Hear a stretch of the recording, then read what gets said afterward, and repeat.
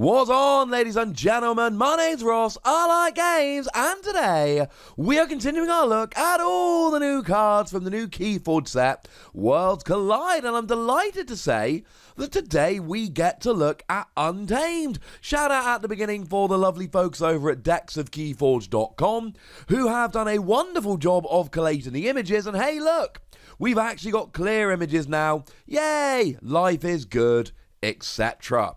So starting off with the wonderfully designed, as many Untamed creatures are, Bramble LYNX. One day there's going to be a whole bunch of Untamed plushies, and I'm going to be a very happy Wossy. So Bramble LYNX then, 3 power, 0 armor creature with skirmish. That is to say that if you start the fight, you will survive the fight. And if you've used a creature to reap this turn, Bramble LYNX enters play ready. So it's one of those creatures that you actually get to use the turn you play it. Now, of course, you can just reap like we all did with Silvertooth that enters play ready, but the great thing about this is because you've got skirmish, not only can you start a fight and take out a creature, but you're not going to take any damage back. Now, it's only if you've used a creature to reap this turn, which can be slightly annoying, but a lot of turns you're going to be reaping, so you should be alright. Cauldren Boil is an action card that gives you an amber bonus, and it reads, deal damage to each creature equal to the amount of damage on that creature. So every creature that already has 1 damage takes 1 damage, every creature that already has 2 damage takes 2 damage, and so on and so forth. You just double the damage on each creature. This is really going to depend on what kind of deck you get. If you've got a deck that's dropping a lot of damage counters without destroying creatures, something like this is going to be phenomenal. Otherwise, it might end up being a bit disappointing. You might end up just doing 1 damage to the one creature that's already got 1 damage, but you get the amber bonus, so it isn't all bad. DEEPWOOD DRUID is a 3 power, 0 armor creature with deploy, meaning that you can put it anywhere you like in your battle line. It doesn't have to start on one of the flanks. And when you play or reap, not fight, just play and reap, you fully heal a neighboring creature. I really like this.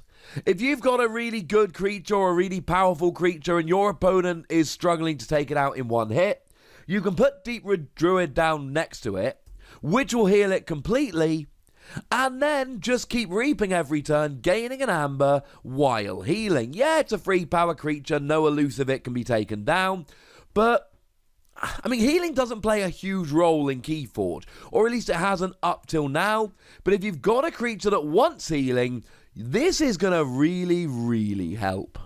GHOSTHAWK is a 2 power, 0 armor creature that also has deploy and phenomenal artwork. And when you play it, you may reap with each neighboring creature 1 at a time. Now, important to note, this says you may reap, not you may ready and reap. So if you play this down next to 2 exhausted Untamed creatures, you won't be able to do it. But it also doesn't say each neighbouring Untamed creature, so the ideal situation here is it's on an Untamed turn. You play down GHOSTHAWK, you then get to reap with both the creatures either side of it which are not Untamed, and then do all your Untamed stuff anyway. Essentially, it gives you 1 turn of 2 extra reaping, which I like very much indeed. The only thing here is, it's a 2 power creature with a great playability. After that, it's kind of, it doesn't do very much. It reminds me very much of Helperbot in that way. So, if you've got a way to pick creatures back up again, think something along the lines of Nature's Cool, which I am happy to confirm is in Worlds Collide, then you're good, frankly, ladies and gentlemen. This is a very good target for it. Harmonia is a 2 power, 0 armor creature with elusive. That is to say, the first time it's attacked each turn, nothing happens. And after you play a creature, if there are more enemy creatures than friendly creatures, you gain 1 amber.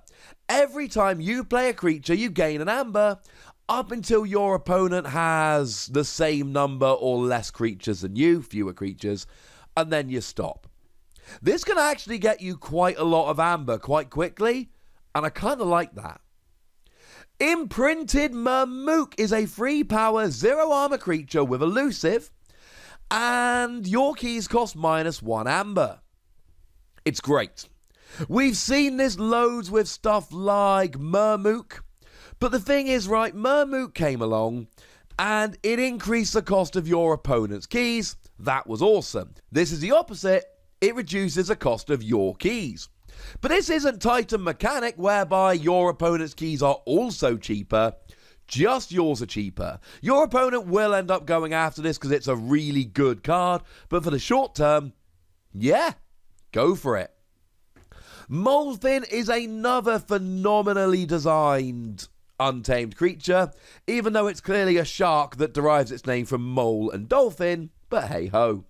It is a free power, 0 armor creature with hazardous free. That is to say that when it is attacked, free damage is dealt before the attack actually happens. And after amber is stolen from you, you deal 1 damage to each enemy creature for each amber stolen. So if they play something like a swindle, for instance, which would steal free amber, you deal 3 damage to all of their creatures. This can add up very, very quickly. It means if they play something like an urchin, all them urchins are going down at the same time. Doesn't stop your opponent stealing, but it does at least make them pay for it.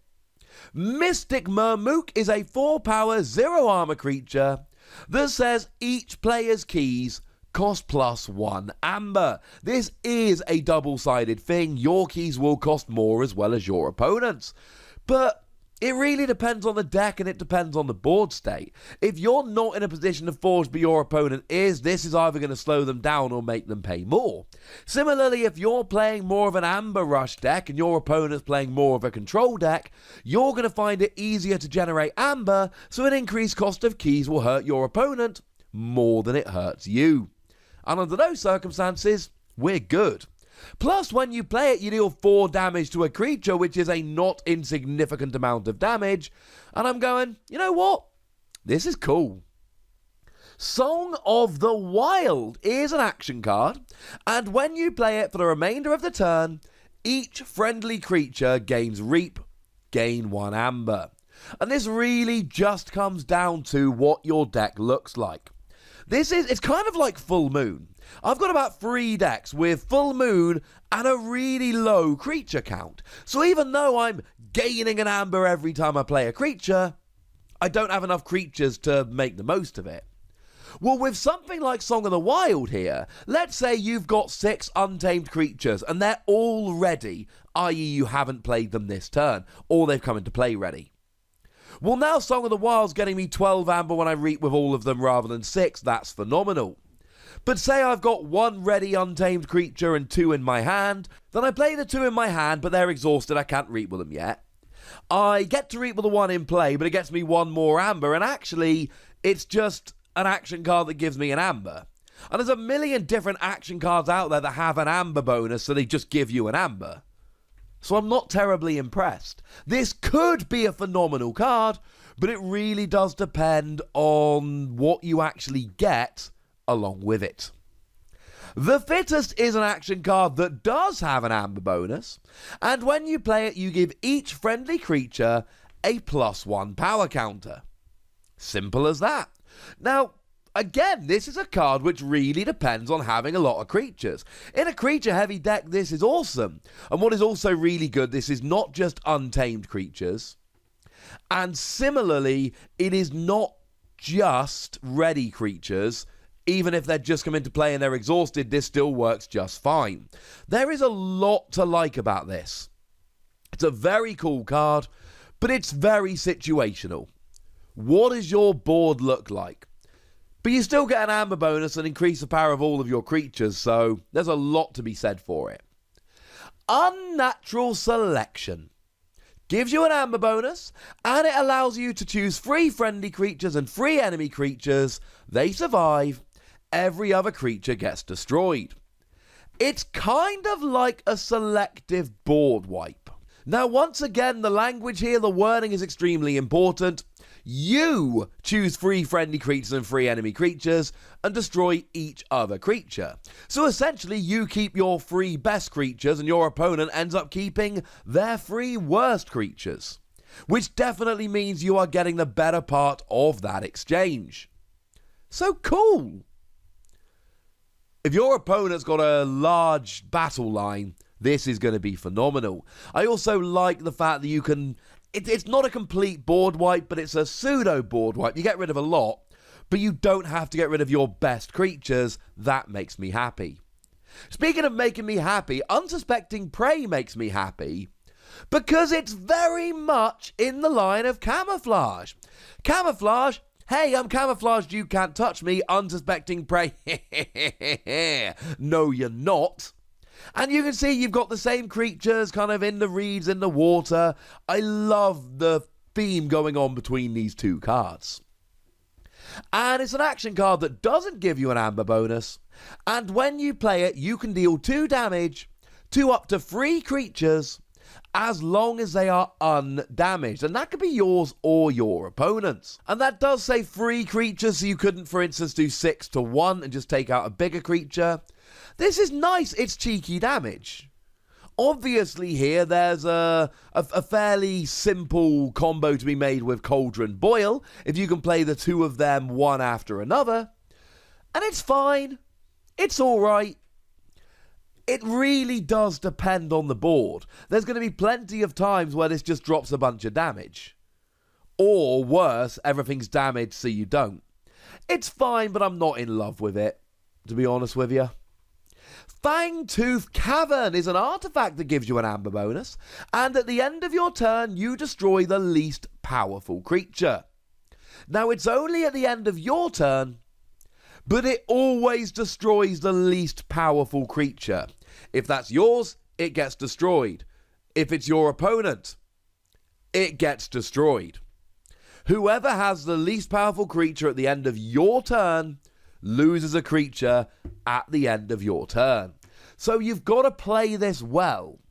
But you can do things like throw one of your creatures at one of your opponents to destroy it, knowing that your opponent will then lose an extra creature at the end of the turn. It's dodgy, it could backfire, but it's also kind of fun. GEBUK. 5 power, 0 armor creature, and when it is destroyed, you discard the top card of your deck. If it is a creature, then after GEBUK leaves play, you put that creature into play in GEBUK's position in the battle line. Cool. I mean, look, 5 power, especially for an untamed creature, is pretty high. You can see as we go through the video, they don't all have that kind of power. And then, of course, when it's destroyed, you get to play another creature. And it could be a creature not of Untamed. So maybe you end up playing a Shadows creature and then you go into your next Shadows turn with it having been readied at the end of your Untamed turn. Gives you a bonus of being destroyed, it's pretty powerful, and it could potentially give you a bit of house cheating. Count me in, ladies and gentlemen. Count me in. Instrument of Silence, and again, it's quite nice here that you've clearly got the theme here going on with Harmonia. It is an upgrade, and it says that this creature gains Skirmish, and Fight gain an Amber. Well, Skirmish says that you're guaranteed to survive the fight. And then a fight skill only works if you survive the fight, which Skirmish says you will if you start it. So, yeah. You're guaranteed to survive the fight, and when you do, you're gaining an Amber. I like this. And, look, it's an upgrade. So put it on a ready creature to guarantee that it works this turn. Worst case scenario, you gain an Amber. Best case scenario, you gain multiple Amber while putting this on a giant creature that takes a bunch of KOs. Hey, speaking of fairly big creatures, how about KANGAPHANT? 5 power, 0 armor, and each creature gains Reap. Destroy this creature. And when we say each creature, we mean each creature, yours and your opponent's. Very, very similar to Bloodshard Imp that we saw back in Age of Ascension. Bloodshard Imp said that every time a player reaped with one of their creatures, they had to sacrifice it. Nice. And it's one of those things, right? If you're really interested in reaping, this is very bad. But if your opponent's interested in reaping, this is very good. Think carefully before you play this card. Low Dawn is an action card with an amber bonus, and it says that if there are 3 or more untamed creatures in your discard pile, you gain 2 amber and shuffle each untamed creature from your discard pile into your deck. It's really, really good. This is a great, great card because it gives you an amber bonus. And as long as you've got 3 untamed creatures, now again, you really need this in a deck with lots of creatures, and we've seen that a few times. There are a bunch of cards here that are really good if you've got lots of creatures. But essentially, if it works properly, it gives you 3 amber, while also shuffling all your untamed creatures back into your deck, ready to use them again. That's good. Mab the Mad is a 2-power, 0 armor creature. And it's got an amber bonus, which we really do not see on creatures very often. I don't believe there were any new ones in Age of Ascension with an amber bonus. Please correct me in the comments if I'm wrong. And when you reap, you shuffle Mab the Mad into your deck. Cool. So you play it down to get an amber bonus. Next turn you reap to get an amber. It goes back into your deck. And then you play it to get an amber. And the cool thing is you're kind of reaping when you're not reaping, because even though you're not reaping, you're still getting an amber when you play it. It's cool, ladies and gentlemen. It's very cool. The Feathered Shaman, a 2-power, 0 armor creature with elusive. And when you fight or reap, you ward each of the shaman's neighbours. Now, ward is one of the new mechanics in Worlds Collide, and essentially you put a ward counter onto a creature, and if it would be destroyed or removed from play in any other way, you remove the ward counter, and the creature is fine. You get to do that to each of your neighbours every time you fight or reap. That's phenomenal. It's cool. Wild Spirit is an upgrade with an amber bonus, and it reads, this creature gains reap, capture 1 amber. Well, the amber bonus is good. The amber control is good, and sure, when you capture amber, your opponent can destroy the creature and get the amber back, which means if you capture a bunch of amber, you are then going to be targeted for destruction. Your opponent's going to take you out and get their amber back, but that's all right. You're still capturing amber and hurting and forging a key now. And that's cool. Creed of Nature is an artifact with an Omni ability, meaning you can use it regardless of what active house you have at the time. You sacrifice Creed of Nature and then choose a creature. For the remainder of the turn, that creature gains Skirmish and Assault X, with X being its power. So choose your most powerful creature and give it Assault X. Now, it doesn't have to be an untamed creature, but it is only for the remainder of the turn. But it is an Omni ability. So maybe you grab a Gargantodon and give it Assault 16. Just saying, that could be fun. Creed of Nature is an artifact, and it's got an Omni ability. You may sacrifice it, and then reveal a creature from your hand, and choose a creature in play. For the remainder of the turn, the chosen creature gains a text box of the revealed creature. So you could, for instance, show Mab the Mad, and then all of a sudden you get to shuffle a creature back into your deck so you can play it later and reuse the play skill. Cool. Every house needs a leader. In Worlds Collide, every house has a leader, and we have Eldest Bear, which was referenced in multiple cards in prior sets. 5 power, 0 armor with assault 3, so before the fight happens, you deal 3 damage. That's if you are doing the attacking. While Eldest Bear is in the center of your battle line, it gains, before fight, gain 2 amber. This is just phenomenal. Like, this is over the top phenomenal. Seriously, right? We've got 5 power, and assault free, and you gain 2 amber before you fight. You can manipulate it into the battle line in the center easy enough. I love it, it's brilliant. Speaking of 5 power creatures, Giant GNAWBILL. 5 power, 0 armor, and after a player chooses an active house, that player destroys an artifact of that house. I've seen so many good decks which have ended up not being good enough because they don't have any artifact control. This is artifact control. So you know what? Love it. Absolutely love it. Unfortunately, that player destroys an artifact of that house, i.e., if your opponent, let's say Heart of the Forest, that's generated a bit of discussion lately. Heart of the Forest is an untamed artifact and is really annoying because each player cannot forge keys while they have more forged keys than their opponent. So it kind of slows the game down, and in the right deck it can be devastating. Well, the thing is, your opponent could choose Untamed and they only have to destroy Heart of the Forest if they don't have any other Untamed artifacts. Otherwise, they can just destroy one of the other ones instead. Moorwolf is a creature, and it's got 2 power, 0 armor, and skirmish. So if you start a fight, you survive the fight. And when you play, you ready each other wolf creature.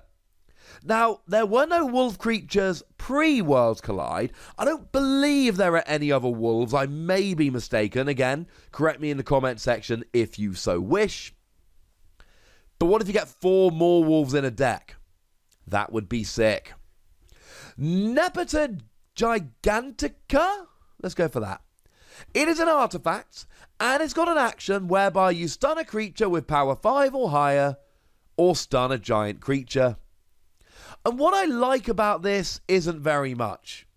It's very underpowered as far as artifacts go. I mean, look, the good news is you can stun a creature every turn. The bad news is, for most houses other than Brobnar, which is on the lower end of play in Vault Tours, etc., most houses don't have that many creatures with power 5 or higher. It doesn't give you an amber bonus. There's going to be loads of times where you cannot even stun a creature because there's no one, at least no one on the board for your opponent that this will work against. And there will be many times where this actually does nothing. Literally nothing. The good news is that Vineapple Tree is an artifact that will do something. It gives you an amber bonus, and it says that keys cost +1 amber for each growth counter on Vineapple Tree. After a player forges a key, you remove each growth counter from Vineapple Tree, and it's got an action that puts a growth counter on Vineapple Tree.